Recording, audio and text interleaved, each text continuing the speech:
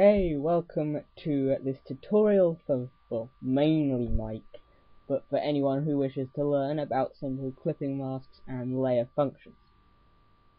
It's a pretty simple tutorial, I'd say beginner to intermediate-ish. It's fairly simple to follow. My actual written tutorial can be found on either NeoSeeker or DeviantArt. Links will be provided at some point. So, I guess we can get started.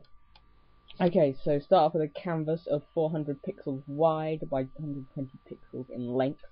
That will be the banner size. It could be any size you want, but this is NeoSeeker standards, so it's going to fit. Right, so and we're going to get our render, which is Hey, or He, or however you pronounce it, from Darker Than Black, which is this new anime I've been watching. It's pretty cool. So we're going to simply click and drag him over to our canvas and grab a city stock. Any stock you want, you can find them just by typing into Google city stock and find it, and you can resize it to whatever size you want. I'm not quite sure what this size is, but it doesn't really matter as long as it fits and you're happy with it. So again, let's click and drag until you get something you're happy with, which is there underneath, so we get something like that. So there it is. Right, you can delete that layer, the very first layer one, because it serves no other purpose than to annoy you. And simply merge the layers by pressing Ctrl E or into layer, merge layers. Okay, so now you want to duplicate that layer, which you can right click, duplicate layer, or simply click and drag to the new layer button. Okay, so now what we're going to do is grab a smudge with smudge with the 27 pixel chalk brush, and we're going to go to shape dynamics, size jitter 100%, minimum diameter 0%, angle jitter 33%, roundness jitter 100%, and minimum roundness 25%. Half of those are default, but you know, scattering you want at 35-ish% or 40%, count at 1, and size jitter on 0%, and control off. Yeah, get the idea. Smoothing optional. I personally prefer to put it on smooth. Now what you're going to do is smudge this layer like crazy.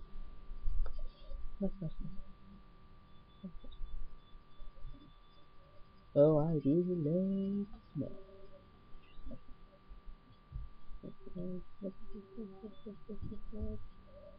And set to color dodge, which will make it really bright. But don't worry. Now, create a new layer by either pressing Shift Control N or press a new layer, and apply the image by going to Image, Apply Image. Okay, so now what we're going to do is set this layer to linear light or linear dodge or whatever. Right? No, we're not. We're going to set that to hard light, and then duplicate this layer twice. So now you have 3 layers that are set to hard light. This tutorial says something slightly different, but no. And just erase around your stroke, so it's not as dark. And on that layer as well. A nice one down, the nice dark background. Doesn't really matter about how smooth the erasing is, as long as it's there. As long as the render is nice and not too bright, but you know. So there we have it. Now what we're going to do is do another image, apply image, and grab the blur tool and just blur. Right.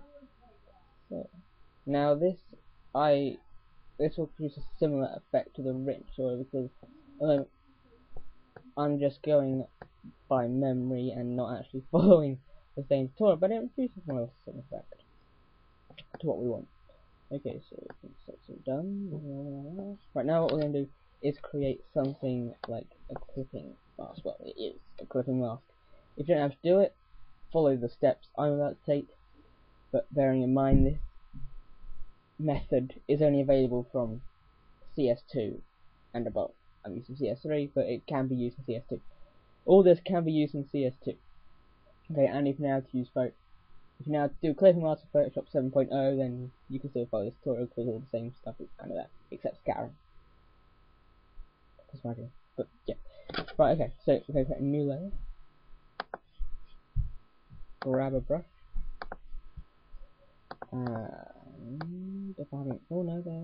Grab a splatter brush. Now this is big, but it's good big.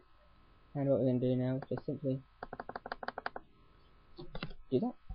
So you've got a splatter brush all over.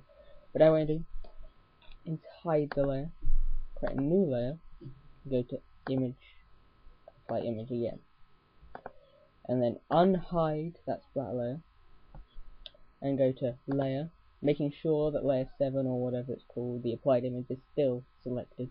Go to layer and create clipping mask.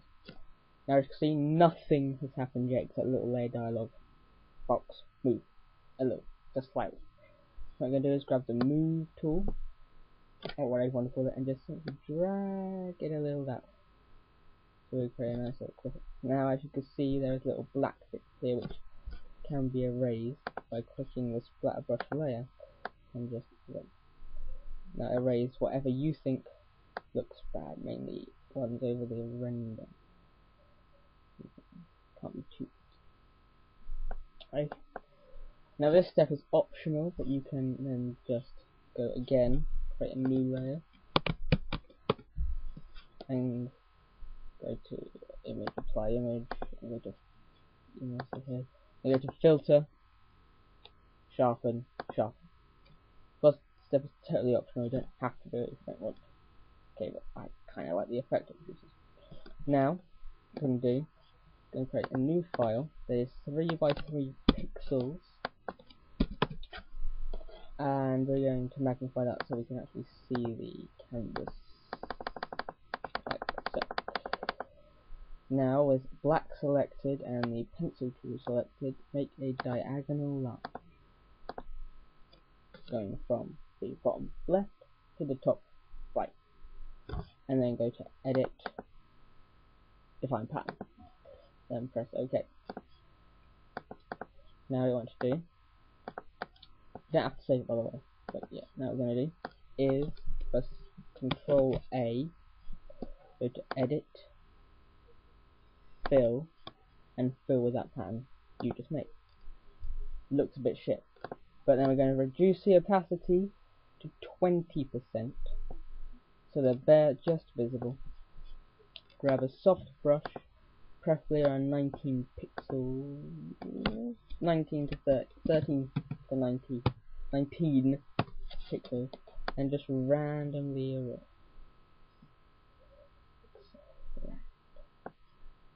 Creates quite a cool effect.